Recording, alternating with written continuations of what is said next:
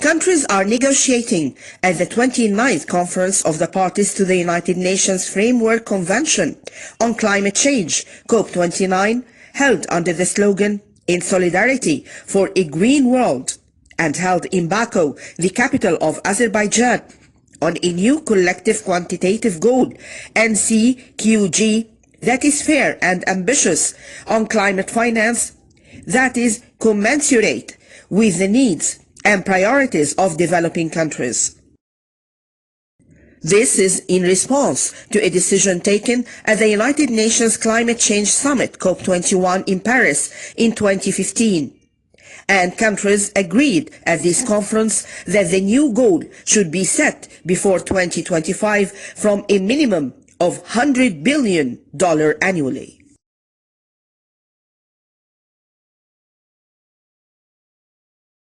According to reports issued at the COP29 Climate Summit, negotiations on climate finance should focus on mobilizing $1 trillion annually by 2030 for investment by emerging markets and developing countries, excluding China, to implement the Paris Agreement, and about $1.3 trillion by 2035.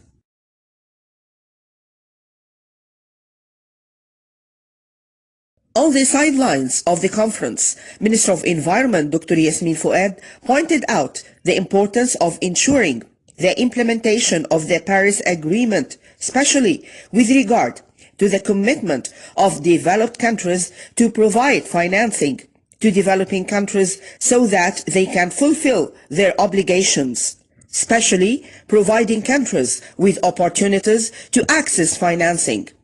Despite working to provide the goal of $100 billion in previous financing, countries do not have the ability to access it as a result of the bureaucracy facing financing environmental challenges in general.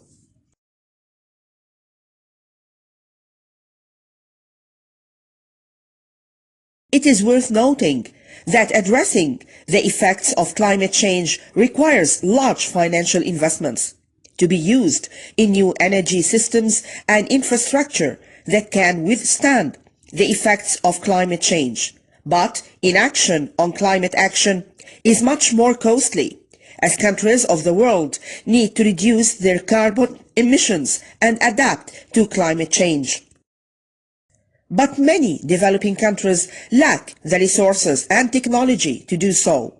which is why all countries agreed that industrialized countries with money and technological expertise should intensify and increase their financial support for climate action in developing countries.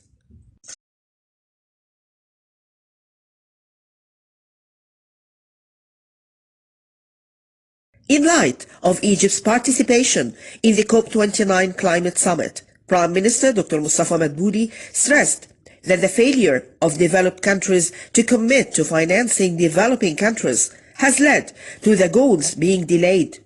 as developing countries have demanded the provision of grants and soft loans,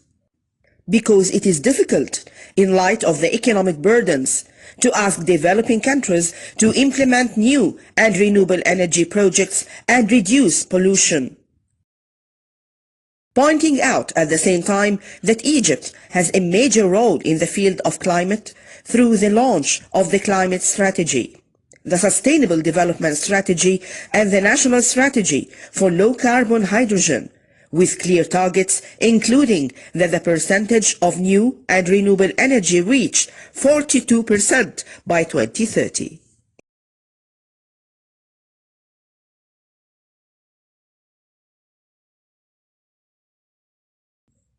In a related context, the COP29 presidency and the Asian Development Bank met with a group of stakeholders from various sectors to discuss ways to stimulate the investments needed to achieve a fair transition to a low-carbon economy.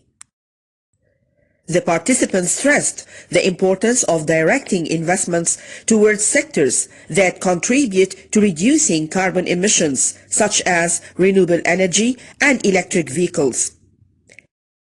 The need to provide financial and technological support to developing countries to help them transition to a low-carbon economy was also emphasized through climate finance mechanisms.